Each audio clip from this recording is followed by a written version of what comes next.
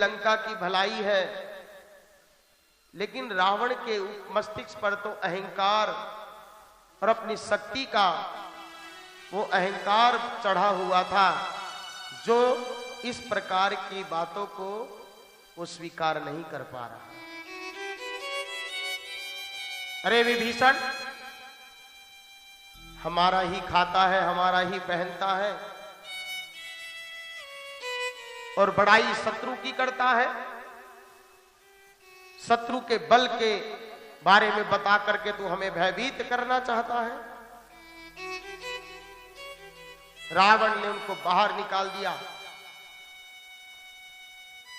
और विभीषण महाराज लंका को छोड़ करके आए और जैसे ही राम जी के पास में पहुंचे, भगवान श्री राम के चरणों में उन्होंने वंदन किया, प्रणाम किया और भगवान राम ने विभीषण को उठाया और उसी समय पर उसका राज तिलक कर दिया वहां की बालू से ही कि हे विभीषण, आज से तुम लंकेश, लंकापति। भगवान राम ने विभीषण को देखते ही उसको राज तिलक कर दिया और उसको लंकेश की उपाधि दे दी कि आज से तुम लंकापति। अब ये सब सुन करके सभी आश्चर्यचकित हो गए और भगवान राम की ओर टुकुर टुकुर करके देखने लगे और भगवान राम देख रहे कि सबकी दृष्टि मेरी ओर। मैंने ऐसा कौन सा काम कर दिया भाई जो मुझे इतनी गहरी दृष्टि से देखा जा रहा है। सभी कहने लगे कि प्रभु, आपसे हम जानना चाहते हैं कि आपने इस समय पर विभीषण के आते ही आपने उसका अभिषेक कर दिया, उसको लंकेश घोषित कर दिया। प्रभु, अगर रावण भी आपके पराक्रम से भयभीत होकर के अगर आपकी शरण में आ गया, जैसे आपके बल को, आपके पराक्रम को जानकर, आपकी शक्ति को जानकर के आज विभीषण आ गए, अगर कल को रावण भी अगर आपकी शरण में आ गया प्रभु, तो आपके वचनों का क्या होगा? अब आपने उसको लंकेश तो बना दिया, अब तो वो लंकापति बन चुके हैं, आपके वचन हैं।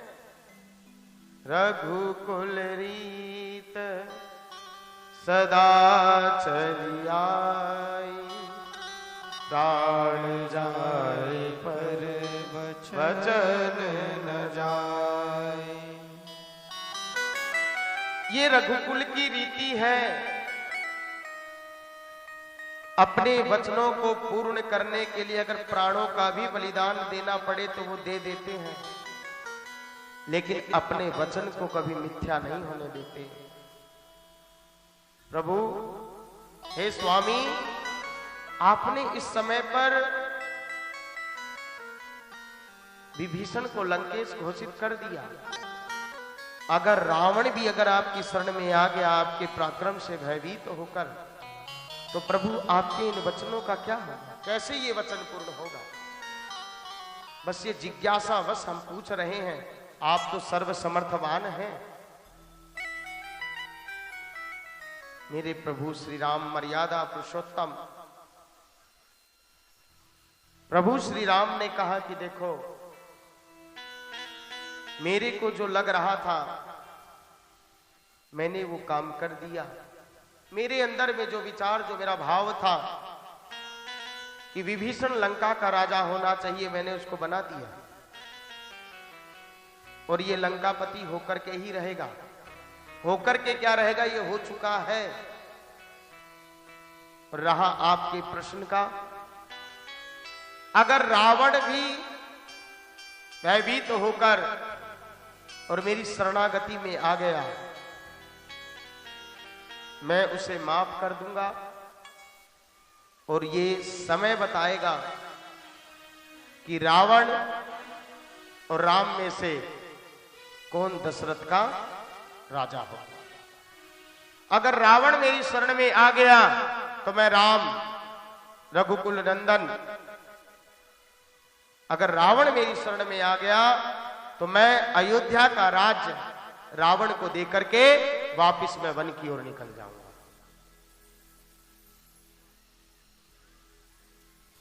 ऐसे मेरे राम है, मेरे प्रभु है।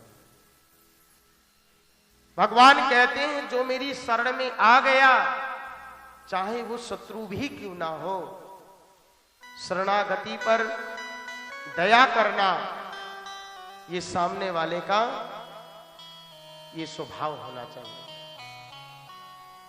बड़े से बड़ा शत्रु भी अगर आपकी शरण में आ जाए, आपसे समय याचना करे, तो आपका दायित्व प्रथम यही होना चाहिए कि इसको आप क्षमा कर दो। सबसे बड़ा जो गुण है ना, वो क्षमा करना। ये गुण सबके अंदर में नहीं आते हैं। सामने वाला जैसा व्यवहार करता है, हमारे अंदर में वो दुर्भावना आती है कि हम भी उसको उसी प्रकार से प्रताड़ित करेंगे। लेकिन वो आकर के आपके चरणों में वंदन कर रहा है, प्रणाम कर रहा है। क्षमा करना सबसे बड़ा दान है, क्षमा करना। ऐसे मेरे रघुकुल नंदन, कहने का अभिप्राय क्या है कि जो भगवान के सामने आ गया, जो उनकी शरण में आ गया, भगवान उसे डूबने नहीं देते, उसे पार लगा देते। आप भी हम भी इस भवसागर के अंदर में काम क्रोध लोभ मोह मद मात्सर्य अहंकार रूपी नदी के अंदर में हम सब डूब रहे हैं, निकल रहे हैं, डूब रहे हैं, निकल रहे हैं। कभी भक्ति में, कभी संसारिक में, कभी काम में, कभी क्रोध में, कभी लोभ में, कभी मोह में, कभी अहंकार में। इस प्रकार से हम इस भवसागर में डूब रहे हैं, निकल रहे हैं। और किसी भी प्रकार से या किसी के कहने से अगर आपने कथा सुन ली तो आप इस भवसागर से पार होकर के ही रहेंगे। अगर आज कोई किसी के कहने से अगर आया है, या अपने मन से आया है, या कोई बिना मन से आया है, या कोई केवल देखने के लिए आया है कि कैसा प्रोग्राम हो रहा है, कैसा अनुष्ठान हो रहा है, कितने लोग हो रहे हैं, या किसी भी भाव से अगर वो आया है, उसका कल्याण होकर के ही रहेगा। क्योंकि विष को किसी भी परिस्थिति में पिया जाए, उसको पान करने के बाद में उसको मृत्यु मिलेगी ही मिलेगी। और अमृत को आप अनजाने में भी पी लोगे तो आपको अमृत वो प्रदान करेगा ही करेगा। ये भगवान की कथा है, ये गोविंद का नाम, उनका कीर्तन भजन किसी भी प्रकार से हमारे जीवन में प्रवेश हो जाए। श्रवणम कीर्तनम विष्णु स्मरणम पाद सेवनम अर्चनम वंदनम दास्यम सख्यात्म निवेदनम। नवदा भक्ति के अंदर में सबसे पहली भक्ति है श्रवणम, सुनना। कैसे भी कीर्तन कथा हमारे कानों में आ जाए, इसका वैशिष्ट गुण है, नाम बनाता है सारे काम। कैसे भी एक बार आ तो जाओ उसकी शरण में, वो आपको डूबने नहीं दे सकता। और सामने रहने का मतलब क्या है कि गोविंद को याद करना ही, उनमें उनके सन्मुख बने रहना। जैसे हमने आपका नाम, जिसका भी नाम लिया तो उसकी दृष्टि तुरंत, हाँ गुरुजी ने बुलाया, उसकी दृष्टि तुरंत हमारे ऊपर पड़ती है। ऐसे ही जब हम गोविंद को याद रखते हैं तो उसकी दृष्टि बराबर हमारे ऊपर निरंतर बनी रहती है। और जब तक गोविंद की दृष्टि हमारे ऊपर है, कोई भी हमारा अहित नहीं कर सकता। हमारी सुरक्षा में गोविंद बैठे हुए हैं, उनकी दृष्टि हमारे ऊपर है, और कोई बुरी दृष्टि अगर हमारे ऊपर लगा करके बैठा हुआ है तो उसकी चालाकी चलने वाली नहीं। जाको राखे साइया मार सके ना को, बाल न बाका कर सके जो जग बैरी हो। अरे मां की दृष्टि के सामने जब तक बच्चा रहता उसको कुछ नहीं हो सकता, लेकिन मां की दृष्टि के अगर पीछे बच्चा चला जाए तो उसको कुछ भी हो जाए, लेकिन मां की दृष्टि के सामने बच्चे का बाल भी बाका नहीं हो सकता। और ऐसे ही गोविंद की दृष्टि जब तक हमारे ऊपर है तब तक कोई भी शत्रु हमारा बाल भी बाका नहीं कर सकता। वो दयानिधि तो केवल भाव के भूखे हैं, हम सब पदार्थ के भूखे हैं। निर्मल मन जन सो मोहि पावा, मोह कपट छल छिद्र न भावा। निर्मल मन से, निर्मल अंतःकरण से जब हम गोविंद को बुलाएंगे, भक्ति के अंदर में एकदम निर्मल भक्ति होनी चाहिए, मल भक्ति नहीं होनी चाहिए। गोविंद अगर मेरी नौकरी लग जाएगी ना तो मैं अगली बार कथा में आधी तनख्वाह दूंगा। अब आप बताइए, जैसे गोविंद आपकी तनख्वाह के लिए ही बैठे हुए, आप देंगे तब उनका काम चलेगा। ये क्या है? ये मतलब की भक्ति है कि पहले ये काम करो तब मैं आपका ये काम करूंगा। अरे जो इस त्रिभुवन को चला रहा है, खिला रहा है, पिला रहा है, भला हम उसको कुछ दे सकते हैं? ये मतलब की भक्ति नहीं होनी चाहिए।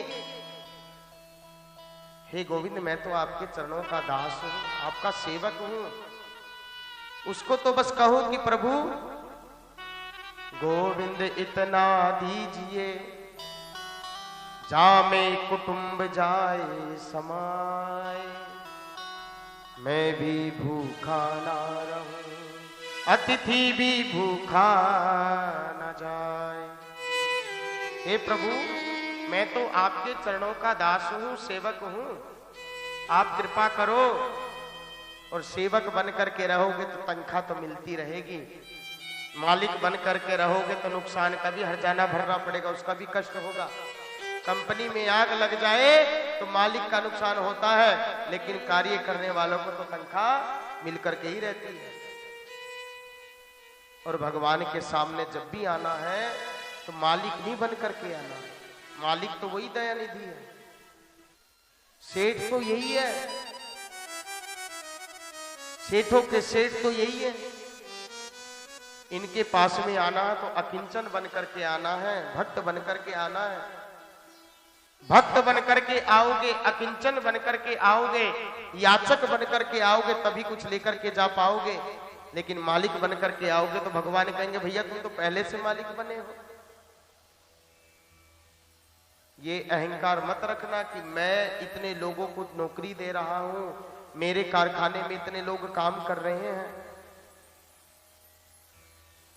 ये गोविंद की कृपा है। उनके सामने जब भी आओ तो याचक बन करके आओ, उनके भक्त बन करके आओ। और भक्त बन करके नहीं आए तो आपको कुछ भी प्राप्त होने वाला नहीं है। उनकी कृपा कैसे मिलेगी? जब आप अपने आप को दीनहीन दिखाओगे, याचक बनकर के आओगे, तभी तो कुछ मिलेगा ना। भगवान जानेंगे कैसे? ये भक्ति, इसके अंदर में किसी भी प्रकार का मैल नहीं होना चाहिए। ये सौदेबाजी नहीं करनी चाहिए कि पहले गोविंद ये काम करो तब मैं ये करूंगा। गोविंद आपके किसी भी चीज के लिए भूखे नहीं बैठे हैं। जो पूरी दुनिया को पूरे त्रिभुवन को चला रहे हैं, उनका पालन पोषण कर रहे हैं, भला हम उनको कुछ दे सकते हैं?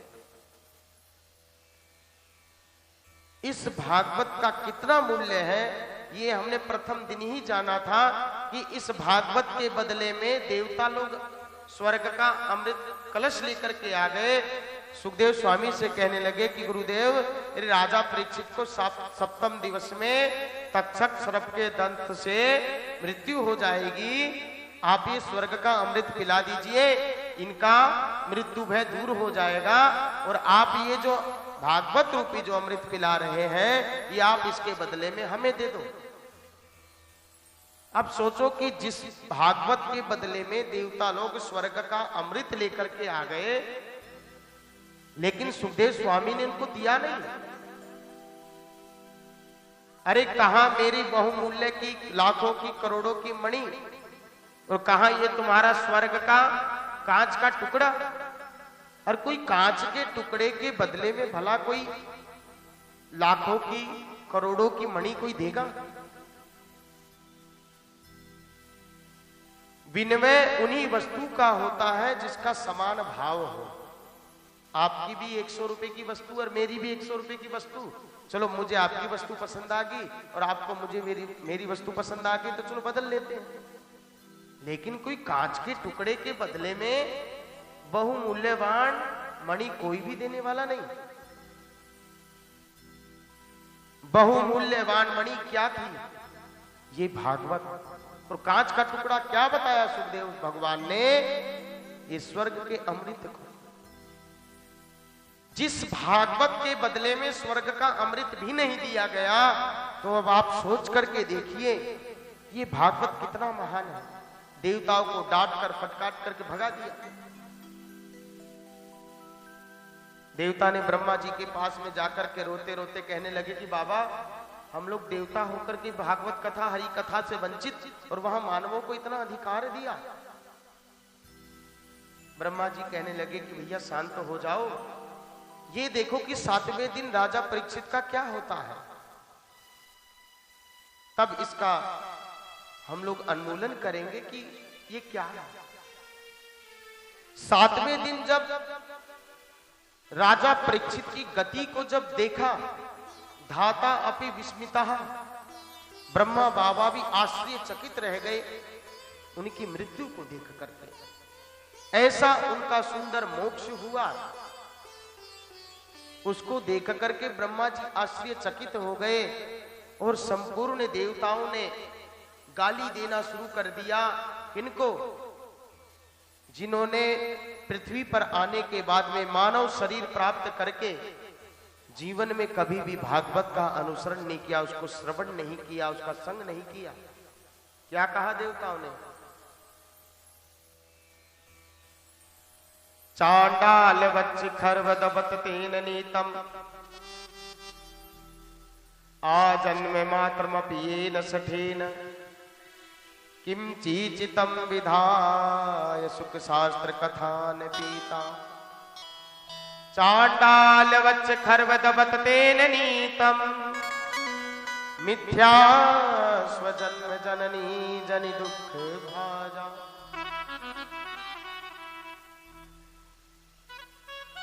आजन्म मात्रमपि येन सठेन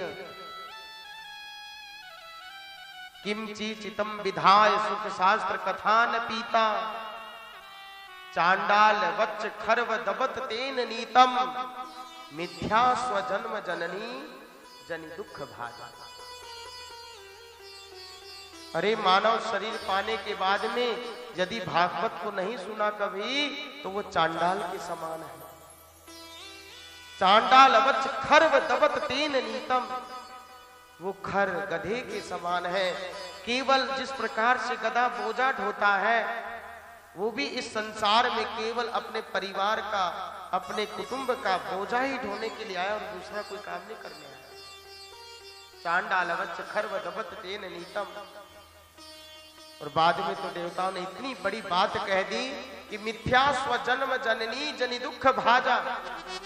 उस मां का भी जन्म देना व्यर्थ हो गया जिसने प्रसव पीड़ा को सहन करके जब बालक का जन्म होता है मां के गर्भ से, तो लिखा है कि मां को मृत्यु तुल्य जैसा कष्ट होता है। उस कष्ट को झेलकर अपने प्राणों की परवाह ना करते हुए जिस मां ने जन्म दिया है ना, उसका जन्म देना भी व्यर्थ हो गया। और वो इस धराधाम पर, इस पृथ्वी पर बस केवल अपनी मां को वो व्यथा ही, वो दर्द ही देने आया था और कुछ नहीं करने आया। उस मां का जन्म देना भी व्यर्थ हो गया, जिसने अपने प्राणों की परवाह ना करते हुए उस बालक को जन्म दिया। वो केवल इस धराधाम पर केवल अपनी मां को वो पीड़ा देने आया, वो कष्ट देने आया, और दूसरा कोई काम नहीं करने आया। देवताओं ने मानवों के भाग्य को बहुत सराहा है। धन्य है मानव जीवन, जिनके जीवन में भाग्य में भागवत है, कथा है, सत्संग है। स्वर्ग में सब कुछ है, खाने पीने पहनने ओढ़ने की बड़े सुख सुविधाएं हैं, लेकिन गोविंद की कथा, हरि का कीर्तन, उनका सत्संग केवल इस पृथ्वी पर ही है। और देवताओं को भी सत्संग प्राप्त करने के लिए, कथा को श्रवण करने के लिए इस पृथ्वी लोक पर ही आना पड़ता है। कथा भागवत यस्यापि नित्यं भवति यद गृहे तद गृहे तीर्थ रूपम ही वसताम पापनाशनम। ये जो स्थान आप जो देख रहे हैं, ये भागवत का महाकुंभ, आज ये स्थान तीर्थ के समान हो गया है। आप विश्वास करना, ये कथा जब विश्राम हो जाएगी ना, ये कथा तो विश्राम हो जाएगी, लेकिन यहां का जो महत्व है, जो है, ये धरती, ये स्थान जागृत हो चुका है, जहां पर नित्य प्रति लक्ष्मी नारायण यज्ञ हो रहा है। 33 कोटि देवी देवता जहां पर विराजमान होकर के उनका पूजन हो रहा है। आप इस स्थान पर आकर, जहां ये व्यासपीठ लगी है ना, आप यहां पर एक झंडा लगा दीजिएगा और यहां आकर के नित्य प्रति आप प्रणाम करना और विश्वास करके कि ठाकुर जी यहीं विराजमान है, समस्त तीर्थ यहीं विराजमान है। क्योंकि भागवत जहां पर होती है, तदगृह तीर्थ रूपम ही, वह घर, वह स्थान तीर्थ के समान हो जाता है। जो फल वृंदावन जाने पर मिलता है ना, वही फल आप जो आज कथा में आए हैं, वही वृंदावन वाला फल आपको मिल गया। जो बद्रीनाथ केदारनाथ 4 धाम की यात्रा करने पर जो फल मिलता है, वो कथा पांडाल में आ जाने से चारों धाम यात्रा का फल मिल जाता है।